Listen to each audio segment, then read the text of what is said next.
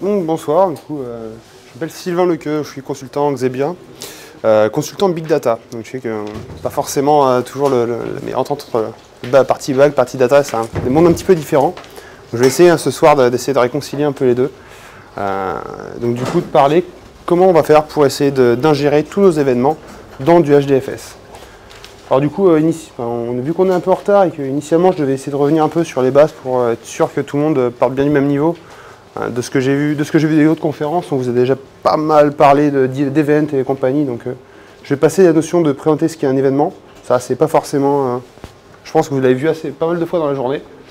Je vais juste faire des petits récapitulatifs pour être sûr, au niveau du vocabulaire, qu'il n'y aura pas de soucis, sur les différents aspects au niveau de Kafka. Donc Kafka qui est un broker de messages, un système de messages, donc de façon assez classique. On a donc des producteurs qui vont venir pusher notre event, notre message dans un cluster Kafka, et ces messages vont être consommés par des consommateurs, donc là rien de bien méchant. Je parle de cluster évidemment parce que c'est distribué, ça serait pas marrant si c'était pas distribué. Donc, les différents éléments, on va les appeler les brokers. On a un serveur zookeeper qui va essayer de conserver toute notre stack, toute notre architecture, où sont stockés les serveurs, ce qu'ils contiennent, etc. Kafka, donc, qui est un système de messaging multi-queue, donc avec plusieurs topics évidemment, donc ça me paraît presque un prérequis. Donc ces queues de messages, on va les appeler les topics. Les topics eux-mêmes vont être découpés en ce qu'on appelle des partitions. L'intérêt de la partition, donc, ça va faciliter un peu la distribution, et surtout, quelque chose d'important, c'est que au sein d'une partition, on va avoir des offsets, c'est-à-dire l'index en fait, du message. Et cet offset, quand on va venir consommer un message, on est certain de les consommer de façon chronologique au sein d'une partition, mais au sein d'une partition seulement. Là, on va revenir un petit peu là-dessus à la fin, mais on a eu quelques petites surprises avec ça. Et enfin, donc, Kafka, multi-client, donc on peut avoir plusieurs clients, donc on appelle ça des groupes de consommateurs. Chaque client va consommer une partition, un topic, à sa propre vitesse. Donc on va pouvoir ici venir se plugger à notre cluster sans venir perturber notre système, ce qui était un prérequis.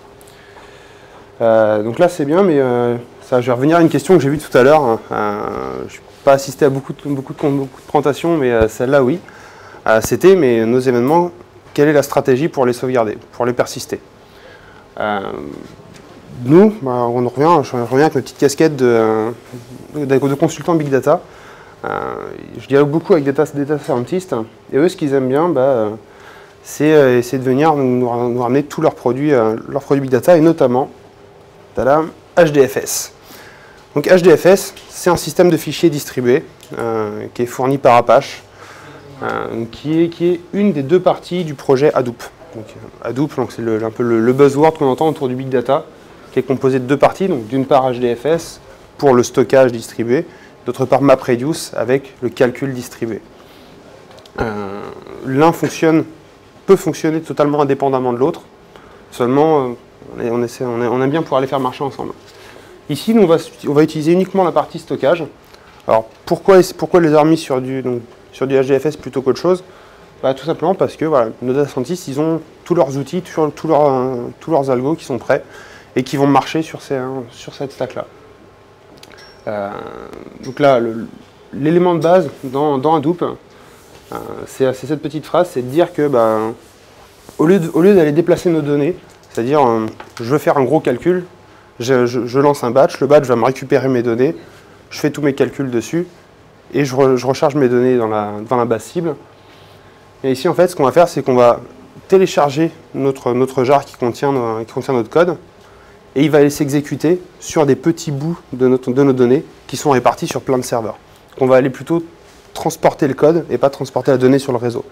L'objectif étant évidemment d'essayer de réduire les pipes nécessaires pour arriver à faire déplacer toute cette donnée. Donc voilà, je suis repassé sur les bases et maintenant je vais revenir à ma question de base, c'est mon petit éléphant qui est le logo de Hadoop. Où est-ce qu'il va venir s'inclure dans ce système?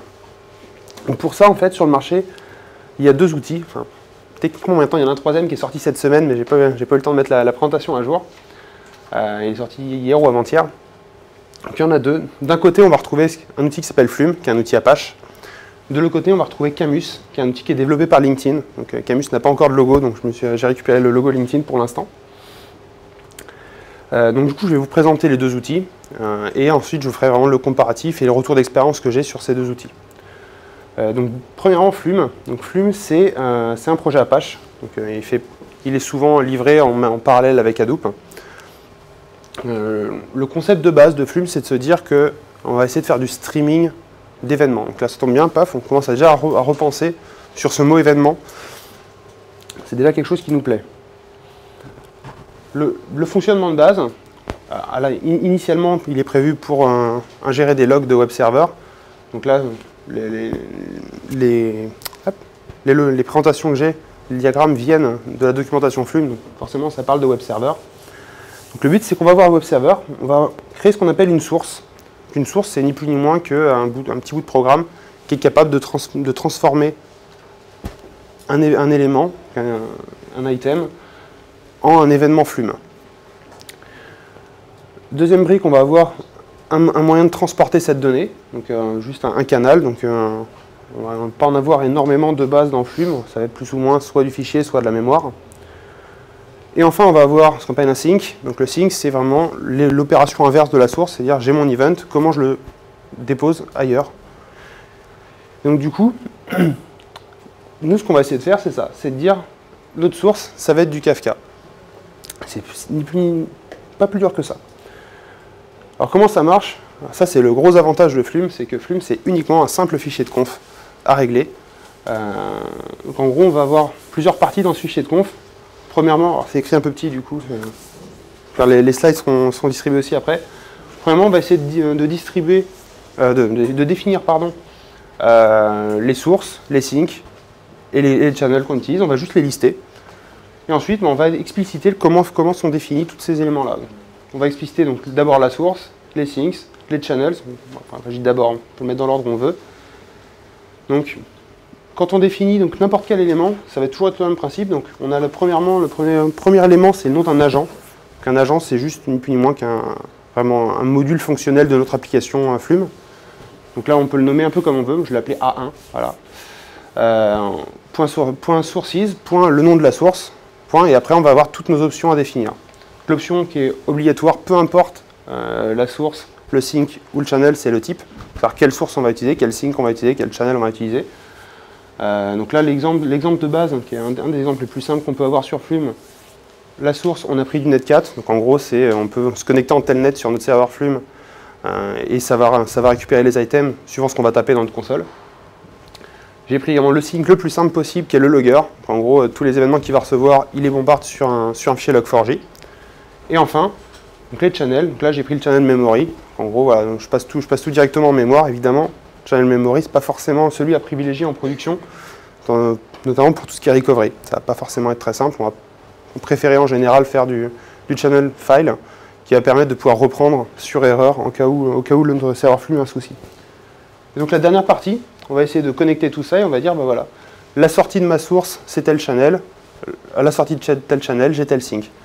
En fait, avec ce simple fichier de configuration, on a construit tout le schéma que j'ai montré avant. Et donc du coup, maintenant, si on veut passer sur du Kafka, donc, ils ont sorti ce qu'on appelle un truc marrant, c'est le Flavka. Alors le Flavka, c'est une source Flume pour Kafka. En gros, on a trois options obligatoires à donner. On dit le type, du coup, c'est une source Kafka.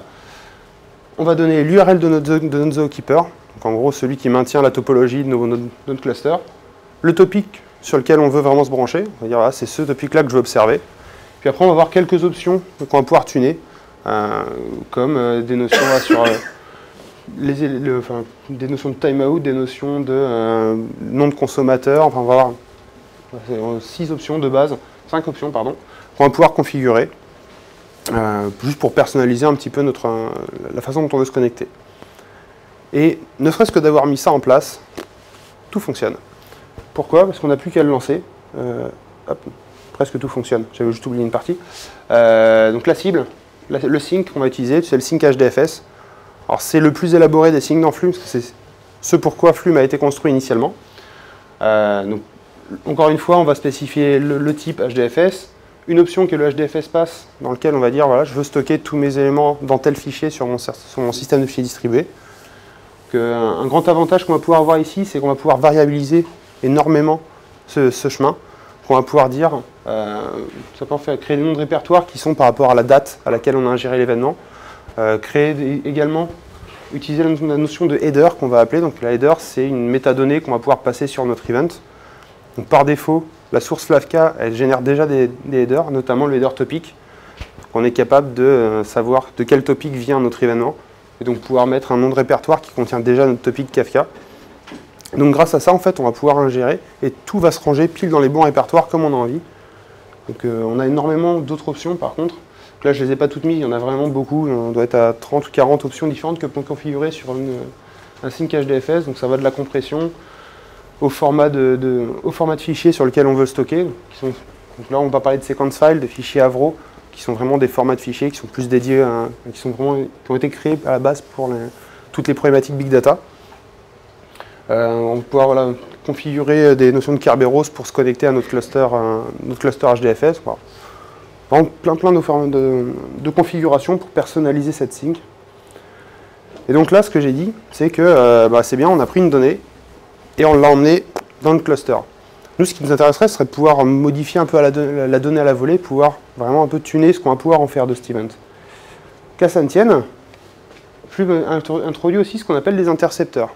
L'intercepteur, c'est un petit bout de code qu'on va pouvoir plugger directement en sortie de notre source. Donc ça va s'exécuter entre la source et le channel. Dans les intercepteurs, une petite animation. Donc il y en a un certain nombre de prédéfinis. Je vais avancer un petit peu du coup. Il y en a un certain nombre de prédéfinis, des intercepteurs qui doivent avoir, en général, il faut que le code reste relativement simple, puisque là on va vouloir faire du streaming, vraiment ingérer nos événements à la volée au fur et à mesure qu'ils arrivent. Il ne faut pas que ce script vraiment soit très consommateur, notamment au niveau temps. Parce que sinon ça va vraiment pourrir complètement nos performances. Dans les intercepteurs par défaut, on va avoir un intercepteur timestamp qui va pouvoir dire voilà, mon message, je l'ai enregistré dans mon système à telle date. Donc ça peut être bien de savoir s'il y a vraiment des délais entre le moment où le message a été lu, le moment où le message est vraiment utilisé, vraiment consommé.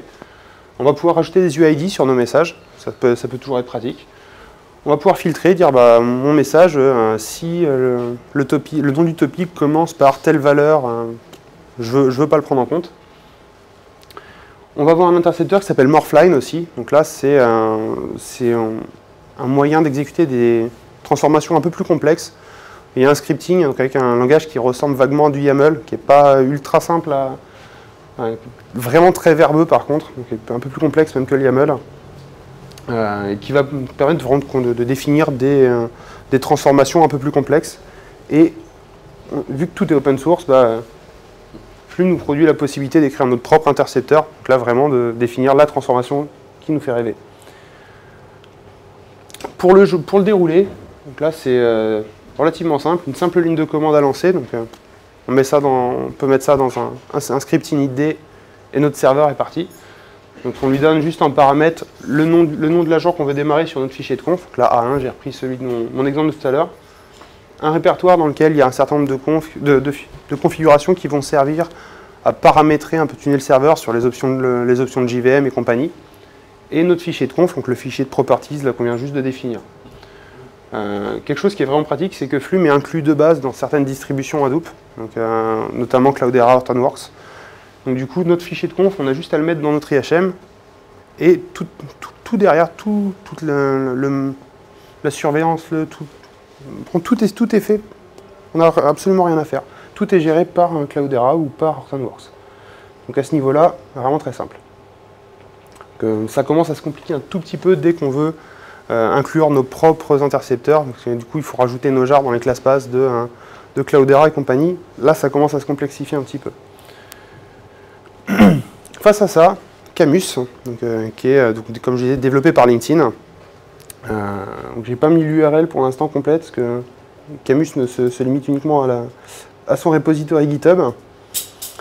Donc Camus, lui, il a choisi une toute autre approche que Flume.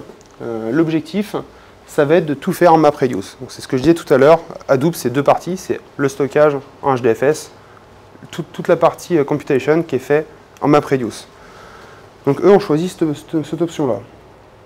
Donc on va fonctionner sous forme de batch et puis en streaming.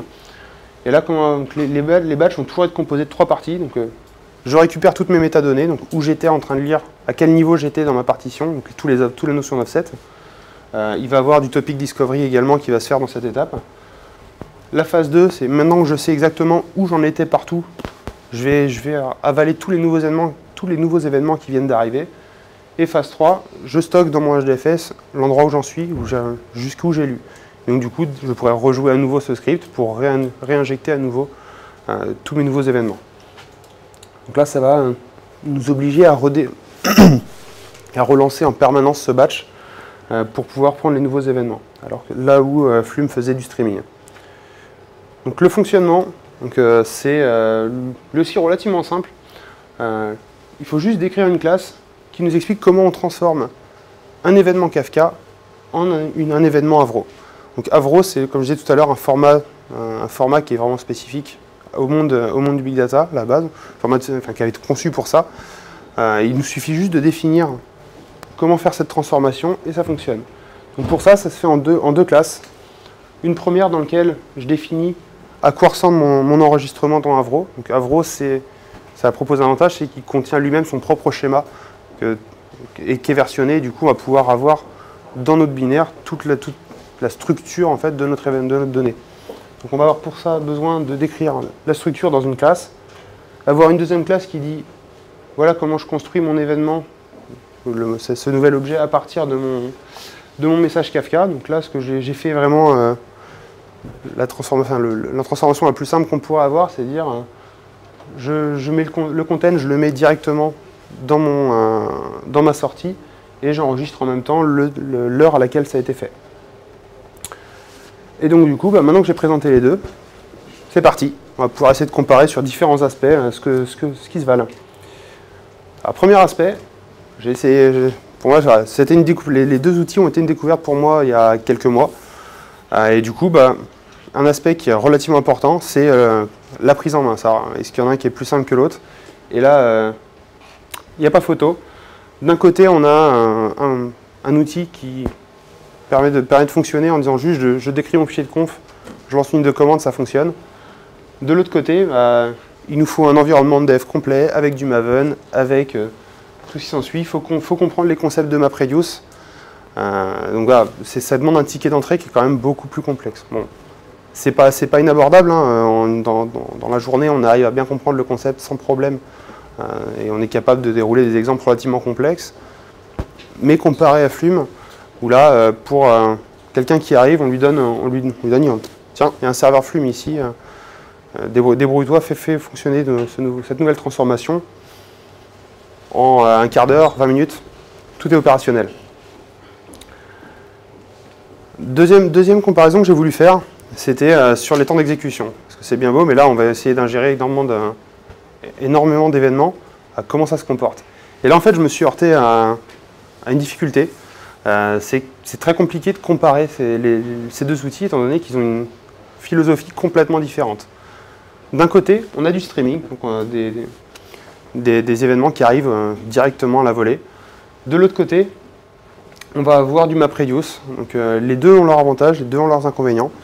Au niveau des perfs que j'ai enregistrés ici, il faut relativiser un peu les choses, étant donné que la machine sur laquelle je l'ai fait, c'était une machine virtuelle. Et, mon cluster, c'était un seul nœud, qui avait quand même pour les jobs MapReduce, il y avait quand même plusieurs slots pour s'exécuter, mais ça reste quand même, voilà, ça reste pas une vraie machine sur laquelle on pourra exécuter. Donc les perfs seront bien supérieurs à ça si on l'exécute sur un vrai environnement. Mais en fait, c'était plus pour avoir un ordre de grandeur entre les deux, vu que j'avais fait le bench sur les deux benches sur la même machine, puis que ça me donnerait sûrement un élément de comparaison. Et dans les deux cas, en fait, ce que j'ai repéré, c'est qu'il y a d'une part un temps incompressible. Donc, d'un côté, Flume, son temps incompressible, lui, vient des accès à disque. En fait, il va ouvrir des fichiers, fermer des fichiers, ouvrir des fichiers, fermer des fichiers sur HDFS. Et ce temps-là, sur HDFS, c'est relativement long. Pourquoi? Parce que sur HDFS, on préfère avoir un très très gros fichier plutôt que plein de petits. De l'autre côté, on va avoir Camus. Donc là, on va juste souffrir des quelques inconvénients de MapReduce. MapReduce, c'est un concept de programmation qui est très cérémonieux. Et du coup, pour ne serait-ce que démarrer une tâche MapReduce, ça va prendre très longtemps. Seulement, en fait, j'ai remarqué que Camus, du coup, quand vraiment le volume de messages commençait à augmenter, eh bien, les perfs, en fait, elles commencent à devenir vraiment très intéressantes. Et je me suis rendu compte qu'au final, pour ingérer mes 10 000 messages, il m'a fallu quelques secondes au final. Plus ce fameux temps incompressible. Donc, si je le compare vraiment à ce que j'avais avec Flume, toujours à machine équivalente, c'était relativement plus performant. Maintenant, comme je dis, voilà, c'est deux philosophies complètement différentes. Donc, au niveau des perfs, c'était pas le plus simple à comparer et je préfère pas donner de gagnant pour l'instant. En termes de maintenance, parce que c'est bien beau, mais on écrit des scripts, on écrit du code. En termes de maintenance, qu'est-ce que ça donne? Là, je mettrais l'avantage sur Camus dans le sens où c'est du code, c'est un programme Java. Maintenir du code Java, c'est quelque chose qu'on sait tous faire. On a tous les outils sont vraiment complètement opérationnels, on sait faire du contrôle de version, on sait faire de la qualité, on sait faire du déploiement automatique, on sait faire à peu près tout ce qu'on veut. Donc du coup, petit avantage ici. Alors de l'autre côté, on se dit, bon, on a un fichier de conf, on pourrait faire la même chose, on pourrait se dire, on le gère en configuration, ça se fait très bien. Oui et non. Parce que comme j'ai dit tout à l'heure, en fait, dès qu'on utilise un outil comme Cloudera Manager, comme le Hortonworks, en fait, on va déployer ce fichier de conf, ça va être en gros une valeur qu'on va saisir dans une IHM web. Et ça, on ne peut pas le maintenir en configuration. On va devoir en permanence faire des copier-coller entre notre fichier qu'on gère en configuration, l'élément dans l'interface web. C'est relativement embêtant. Maintenant, c'est pas trop compliqué non plus. On devrait pouvoir s'en sortir. En termes de customisation, là j'étais assez surpris initialement. Je m'étais dit, customisation, Camus, on écrit notre propre code Java absolument tout le temps, il va forcément être meilleur. Mais en fait, au final, vu qu'on peut écrire nos intercepteurs dans Flume, on les écrit pareil sur du Java, on est capable de faire la même chose à ce niveau-là. Seulement, Flume, pour moi, il offre la possibilité en plus vraiment d'aller très loin dans la façon de paramétrer le chemin dans lequel on veut enregistrer nos événements. Et là-dessus, ça pose vraiment un avantage. Camus, quand on le sauvegarde, il va avoir une structure par jour, par mois, par année. Ça, il sait très bien le faire. Mais cette notion de gérer par topic, par défaut, il ne le fait pas. Et là pour moi, c'était un petit manque. Donc, ça pourra peut-être faire partie de leurs prochaines évolutions. En termes de déploiement, là, quasiment identique. Petit avantage quand même pour Flume, parce que voilà, comme je disais, en termes de déploiement, quand j'ai juste à mettre mon fichier de conf dans cet IHM, et tout est géré par des outils qui sont déjà fournis par d'autres éditeurs. Donc, Hortonworks, Cloudera, je ne cite que, mais c'est ceux que je connais le mieux. Maintenant, j'imagine que les autres le font aussi. Maintenant, il faut relativiser dans le sens où Camus, c'est un job MapReduce. Il existe des orchestrateurs de job MapReduce. Donc là, j'ai cité Oozie. Oozie, c'est pareil, c'est un projet Apache également, qui permet de pouvoir définir des workflows de job MapReduce. Donc dire, j'exécute tel programme, puis tel programme, puis tel programme.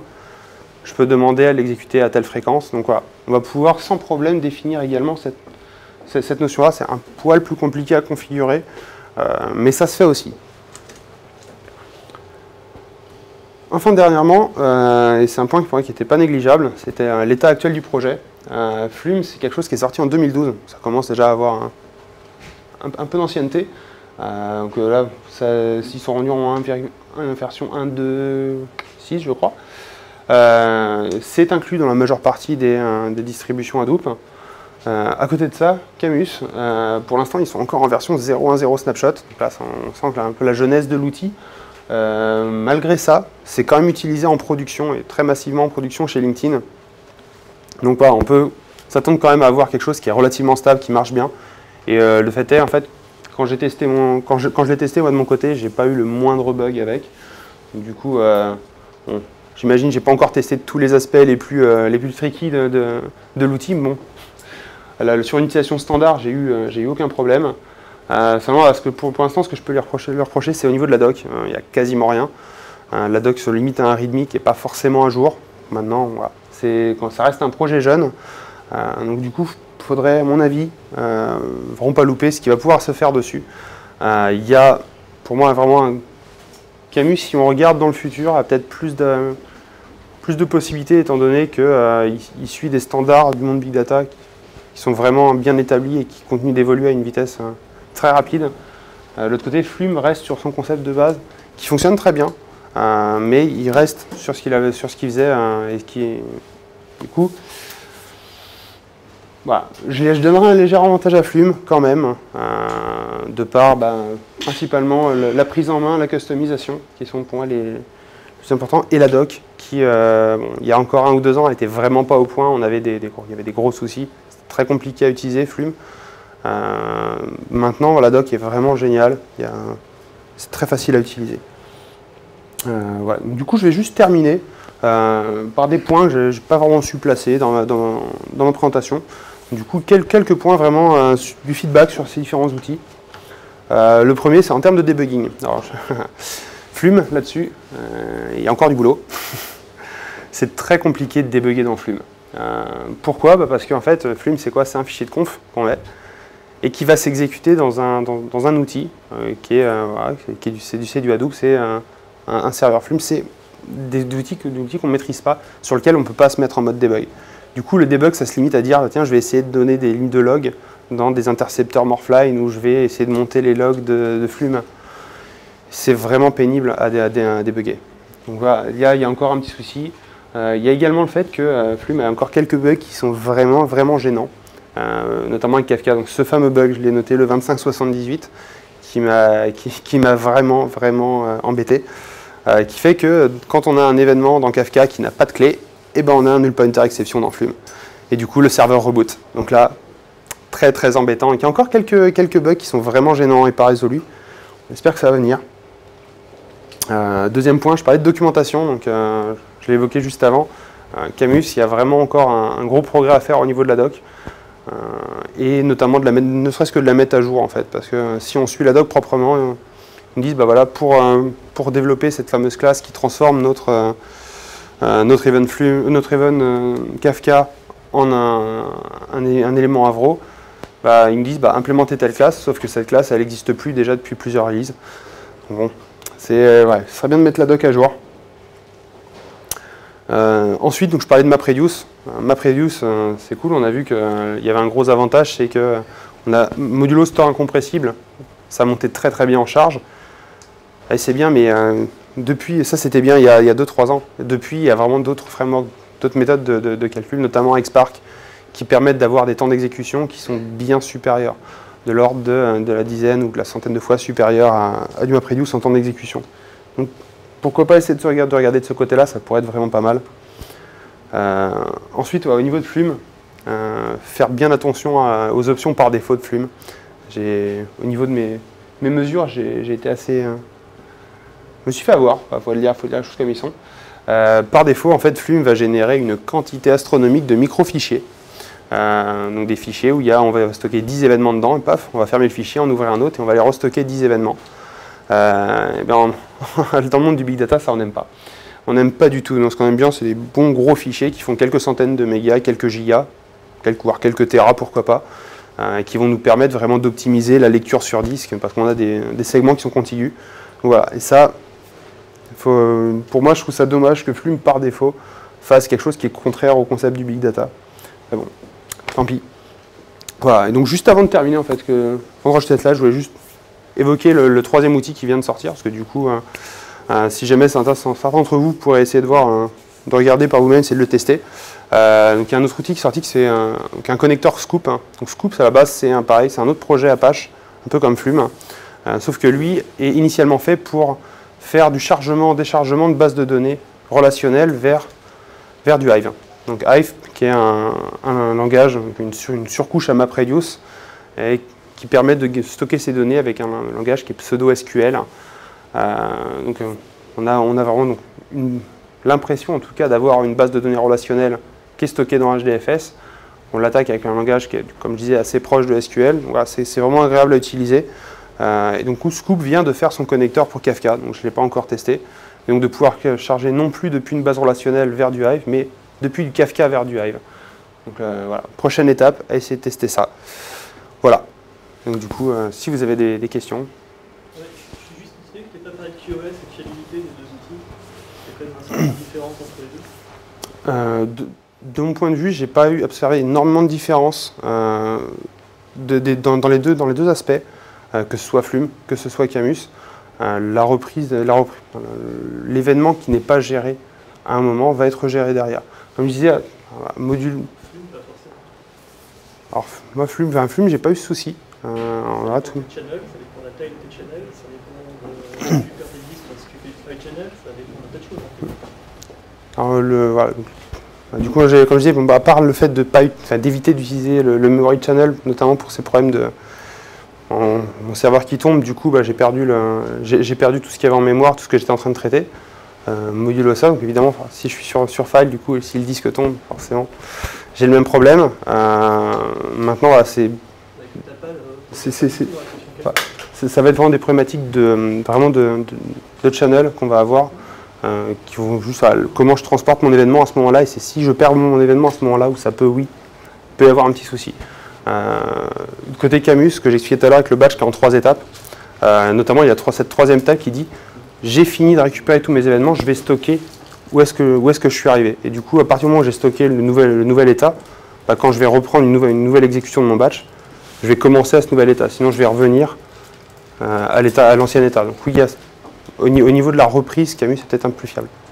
Ouais. Parce que si tu es en channel dans Flume, tu as l'autre problème, c'est que si ton channel est très rempli, que, par exemple, tu as eu un incident sur Flume, ton channel est rempli, quand tu vas redémarrer le Flume, il va charger son channel. Charger son channel, ça prend du temps en fait, sur des sites. Et donc tu vas taper 5, 6 minutes, 7 minutes à lire des disques. D'accord. C'est tout. D'accord. Il ne prend pas d'événement en ce moment, il lit son disque. Du coup, c'est quelque chose que j'ai vraiment pas rencontré. Il y a des grosses différences dans la QoS. En fait. D'accord. C'est vraiment des problématiques que j'ai pas rencontrées sur le projet sur lequel j'ai mis ça en place. Donc, à regarder, à méditer. S'il y a d'autres questions? Pas d'autres questions? Merci.